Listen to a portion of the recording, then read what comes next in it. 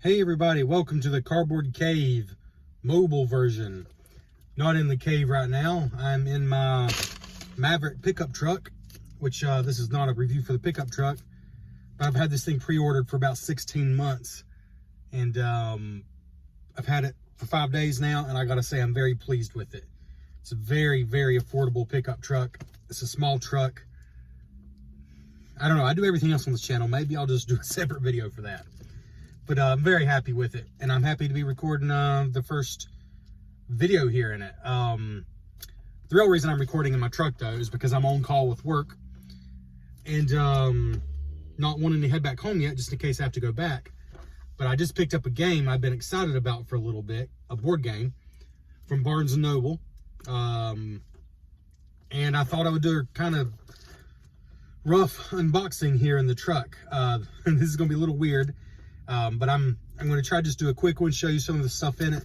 And later, once I've had a chance to play this bad boy, I'll actually do a review here on the channel. So I know that despite the fact that Cardboard Cave started out as a board game podcast, it seems nobody really cares about the board game content I post on this channel. You only care about Star Trek toys, which is fine because I've done a lot of Star Trek toy unboxings here on this channel. I thought maybe this would be a bridge between the two. This is a board game, but it's Star Trek. This is Star Trek Away Missions. And specifically, this is Star Trek Away Missions Battle of Wolf 359. Because this is a game that's expandable. You have everything you need to play right here, but there's already multiple expansions out or coming soon. So it's an expandable game, and there will probably even be new settings in the future. But the game itself is called Star Trek Away Missions, and this core set is called Battle of Wolf 359. So it's meant as a two-player game. There are ways to play it with up to 4, but mostly it's meant as a two-player game. Everything you need to play in this box. This has basically Rikers away team and the Borg team. You pit against each other. I have not played this game. Obviously, it's still in shrink wrap, but from what I understand, this is not just like a battle game. You know, it's not just a miniatures battle game. It's a board game where you're trying to do missions and succeed at things to get victory points. So if you're more of a board gamer and not like a miniatures gamer, I think it's got something for you as well, which is, I've never really played miniatures games. I think I would like them, but I've just never really had the opportunity or the people who wanted to play them with me. So this is more of a board game that also does have some elements of like a tactical, skirmish game. If you don't know what any of that means, that's fine. We're just going to unbox it and see what's in here. Now, if you don't know what the Battle of Wolf 359 is, I'm not going to spoil it, because some of you might be like me and grew up loving the original Star Trek, but foolishly, stupidly kind of thought all the newer Star Trek stuff was not really Star Trek, or I don't know, I don't know what I thought, but I've explained it on this channel too many times.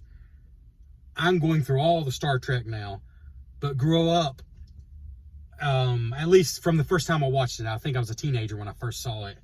Loved the original series, and just now working my way through everything else. I've watched all of Enterprise. My wife and I are still slowly making our way through Next Generation, which I gotta say is shaping up to be just, I gotta agree with the common consensus, I think. It's probably going to be my favorite. It kind of already is. And I adore the original series so much. But really enjoyed Enterprise. Really enjoy Strange New Worlds. If that makes me not a Trekkie, that I like some of the newer stuff, that's okay. I'm holding off on Picard until we finish Next Gen. I'm holding off on Voyager and Deep Space Nine until we finish Next Gen. I have started watching Discovery because it takes place before. Anyways, I'm getting off topic here. Battle of Wolf 359 is something that happens in Next Gen, somewhere in about the midpoint of the series, I believe. Very significant event. If you don't know what that means, but you plan to watch Star Trek Next Gen, then don't worry, it'll make a lot of sense to you soon. And if you're not interested in Star Trek Next Generation, maybe this isn't the game for you anyways. I'm not going to spoil what it is, but if you are watching this, you probably already know. It's a huge deal for the Federation, a huge deal for Star Trek, and for Star Trek Next Generation. So let's just open her up and see what we got here. I'm glad you guys like when I do Star Trek stuff, because I am so in love with Next Generation. Like, it kills me that I have loved the original series for decades and just always, I don't know, I thought Next Generation was just something totally different. I just totally massively ignored everything Star Trek that wasn't the original series, which is so dumb. So there we go. The lid of the box has got the clear see-through window so you can see the miniatures. And when you put the game away, you keep the miniatures in here, so that's pretty cool. And this is going to be a little tricky to do, I believe, in the vehicle, and I'm seeing that now. So what I'm going to do is show you, there's some dice in here. Some for the Borg and some for there's 6 of each. These are for the Borg. They're very pretty dice. Swirly. And there's one side, it's probably the 6. Or it might be the 1, let's see. No, it's the 6. The 6 is the symbol for that faction. So you got 6 of the Borg dice, which I believe are all the same. And then you got 6 Federation dice, which look like this. Let me put some light on here, that might help. Federation dice. Right there. So you got 6 of those and 6 of the Borg dice. Then you got the miniatures. Let's see, is there a list here? Because I don't want to mess up what all the miniatures are. Well, that's all right. That's definitely data. Okay, so the miniatures, I'll go and warn you. Some people really love the way they look. Some people don't. They're very cartoonized. They're not ridiculously cartoony, but they are cartoonized. There's data. Sorry, I was trying to get them to focus a little better if I can. This is going to be a rough unboxing. Like I said, this is a character I don't think anybody really cares about. Is it Shelly? Shelly or Shelby? I can't even remember. Clearly, this is an expendable game, so they held back some of their main characters. But you do, importantly, have William Riker. And I don't think it's showing up very well on the camera. But despite the cartoony look, it's actually got his likeness pretty well. I don't think it's showing up super well on the camera, unfortunately. Let's see. I'll try to do a little better for you.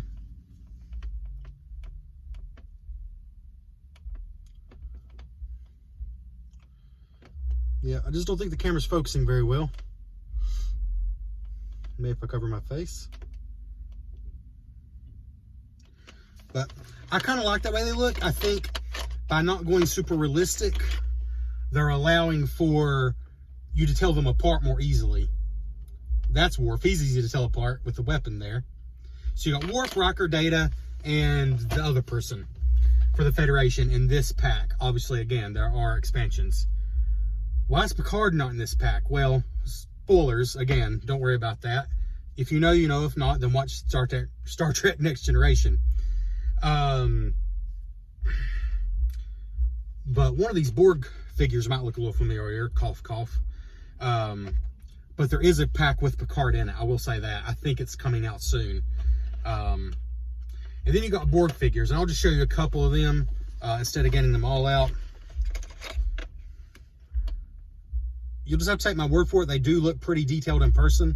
The camera is not focusing in on the details very well. Probably because I'm recording my pickup truck and it's almost dark outside. Because that's just how I roll. Because I am that cool. I am simply that cool of a guy.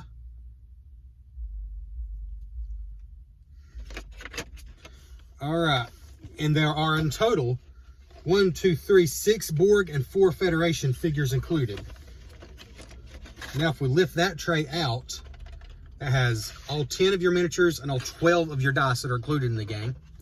Then under that, we got, looks like a piece of cardboard.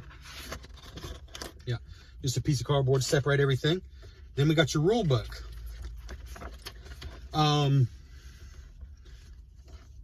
Rule book, I'm not going to go through. I have flipped through it online. There's a lot of story at the front. There's a lot of good examples in here. There's options for playing with up to 4 players. There's detailed rules. It looks really well made. And at first I was worried because it's a lot more, like it's 32 pages, but it's not really. Like half of that is stuff you're not really going to use in a normal 2-player game or close to it. Like I said, there's rules for 3 and 4 players. There's special rules. There's lots of examples and setup examples. There's 1, 2, 3 pages of just pure story. So actually, you don't even have to know what the Battle of 359 is. You could, if you know, for whatever reason, don't want to watch the Next Generation, you can still understand what it is from this rule book. So you got the rule book. You got a quick start guide, which I didn't really realize that was in here. Let's see what that is. And I'm trying not to dump the game off on the floor. That'd be a shame. Quick start guide. Okay, just has a simple breakdown of the components. Oh, my light's turned off in this truck. Oh, I guess because I have the key out. Well, I better hurry. I'm losing daylight here. Quick start guide, which I think still has the core rules. So, yeah, that's pretty cool. And that might be all you need once you played the game once. Or you might could even just learn from that and then use the other guide if you have specific questions that come up. Oh, sorry. Let me put my keys back in so I get you a little light here. I didn't expect it to get so dark on me. It was decent daylight when I started this. There we go. You got tokens for the different size. The Federation uses stun and different kinds of tokens here. You got point tokens. Just different variety of tokens there. Then you're going to have a bunch of boards. The game board is made up of different modules, like it's different pieces. It's not just one game board. And you got the Federation side on one side, a starship. I don't think it says it's specifically which starship, but it's a starship. I believe these are turbo lifts. But on the other side is a Borg ship. So you can use either side you like to create the space. And the rules give you basically a setup, excuse me, of how to set it up. But you have some choice in how it's set up. And here's one board probably you'll be more interested in. The actual bridge of the starship. This is the kind of thing I was excited about, that there's a board game where you actually get to move around in a starship. There's just not enough of those that I'm aware of for Star Trek. And then on the other side's the Borg, like I said. So you see this board is a pretty good size, and it's just a decent thickness. Like, yeah, decent thickness. It'll be fine. Should lay perfectly flat. There's some detail in there. Different rooms. And it says bridge right on it, so you know which piece it is. Science, operations, command, different sections in there. Put that up there. Whoa, I'm knocking stuff out. Let's try not to do that. Okay. More boards. Starting to lose pieces here. I believe those are corridor pieces, those pieces I was just showing you. Because here's another main board with the transporter room, an armory, science lab, and biology lab. Different things on here.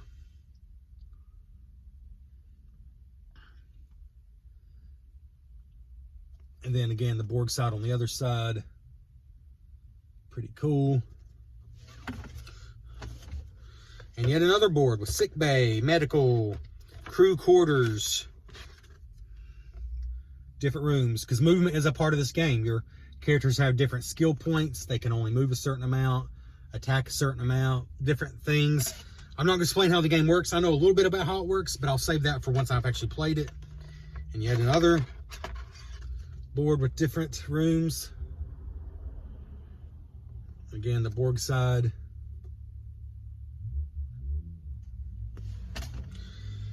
And then everything else appears to be cards of different bit sizes.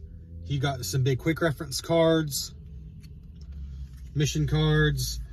You got your starter decks and your support decks. For example, here's the Federation starter deck. And you've got these, and I'll just show you one of these, because this is a big part of the game. These like thicker cardboard cards are for your actual character boards, and they've got your skill levels and things, and it comes with these little plastic pegs that you actually put in here, because when you get attacked, you don't necessarily have to take like life point damage. You can lose, you become less useful basically. Oh, I dropped it.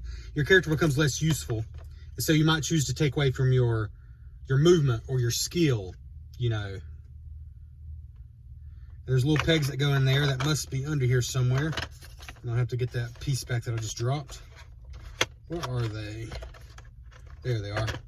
Oh, they are tiny. I know some people said they're a little fiddly. Little star symbols.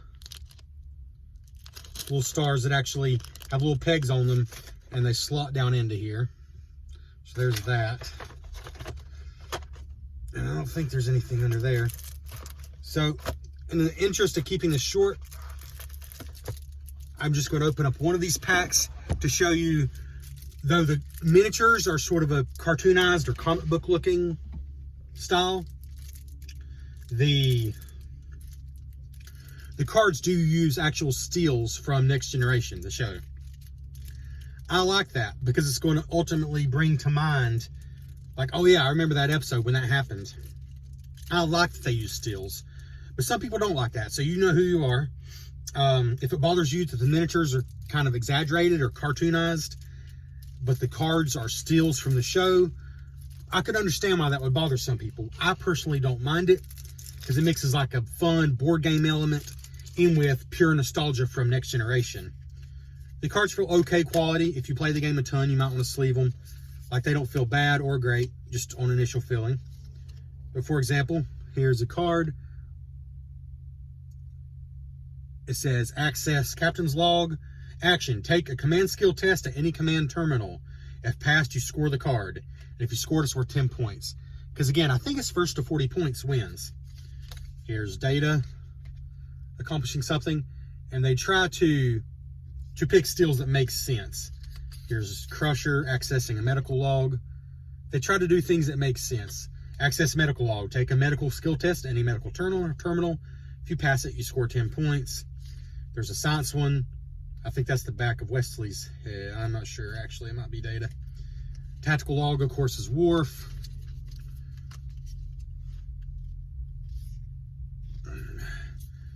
Eject, destabilize warp core, fire antimatter spread. So they picked some pretty cool steals on here. And the picture only takes up less than a half of the card, but it's enough to get the idea across, and it gives you plenty of room for the text. And the text does not seem overly complex. This is, again, scoring points based on accomplishing things.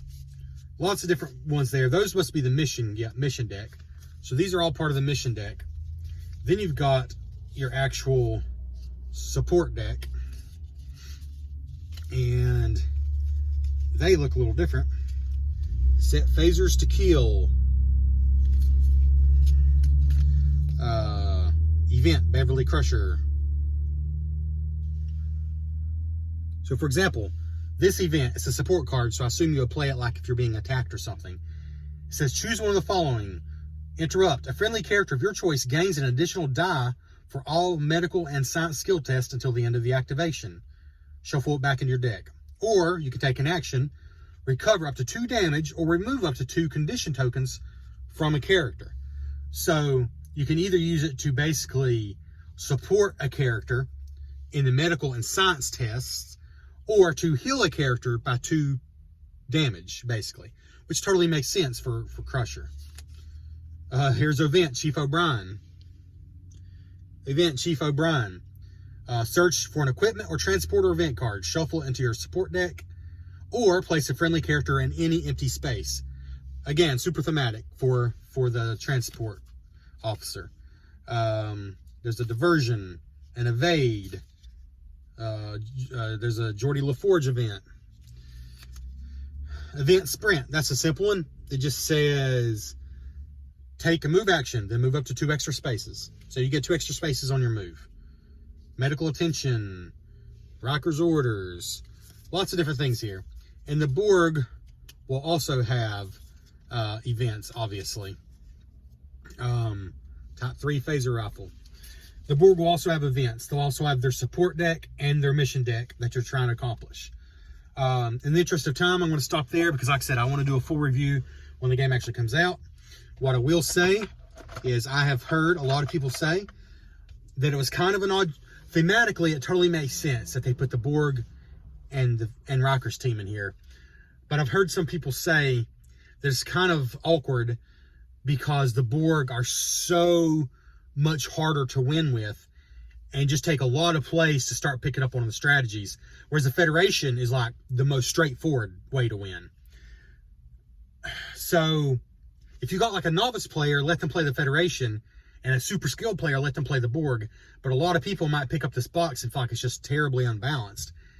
But they've already released, for example, Klingon. They've released Romulan.